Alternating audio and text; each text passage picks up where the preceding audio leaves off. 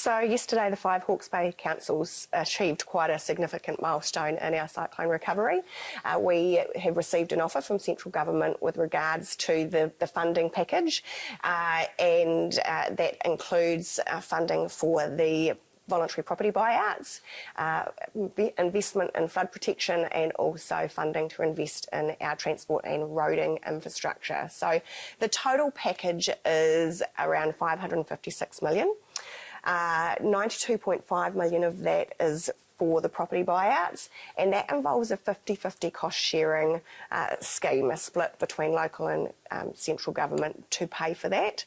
Then the flood protection is $203.5 million of the package, and $260 million for roading infrastructure projects, which for Napier includes the Redcliffe Bridge, which is a really important piece of infrastructure for us. So that was good news. Now, the offer that we voted on yesterday and supported across the whole region is still subject to consultation with our community. So we will be going out in a couple of weeks' time, predominantly to talk about the property buyouts and get feedback on our community on that, and we're looking forward to having their input. So yeah, it's great to have this next step forward for those in our community who have been displaced from their homes. We know that it's been nearly 6 months now, and we're acutely aware we need to keep this moving as quickly as we possibly can, and we're committed to doing that. We're also aware that this funding package actually impacts the whole of our community, particularly with regards to the 50-50 cost sharing element for the property buyouts, and that's why it's really important that we take the time to present the Crown's offer to our community and consult with them on that. So as I said, that will be happening in a couple of weeks' time, and we look forward to hearing from you all then. Thank you. Obviously some large numbers thrown around. What does that mean, I guess, without getting too far ahead of things, what does that mean for ratepayers locally?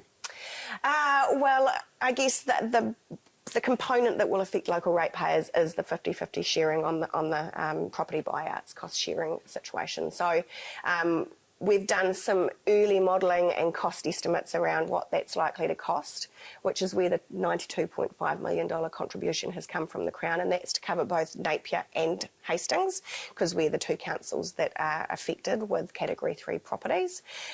So it's how that is actually funded is where it will impact our whole community and our ratepayers, and that is why we do need to consult. And the fact it's actually a whole new activity. This is not a core service of councils.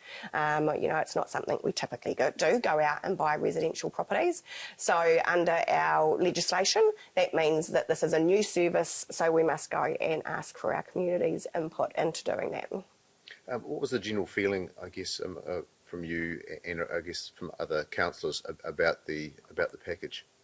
I think it would be fair to say that there is a level of disappointment with the 50-50 cost sharing for the property buyouts, and that was actually never up for negotiation. That's what the Crown put on the table at the start of this process, and that didn't move. It wasn't open to negotiation, and that initially was all they were going to talk about, and then our negotiating team actually did an incredible job of bringing the flood protection and the transport infrastructure funding into that package. So I think we've ended up with a much better outcome than what we were originally offered, $556 million.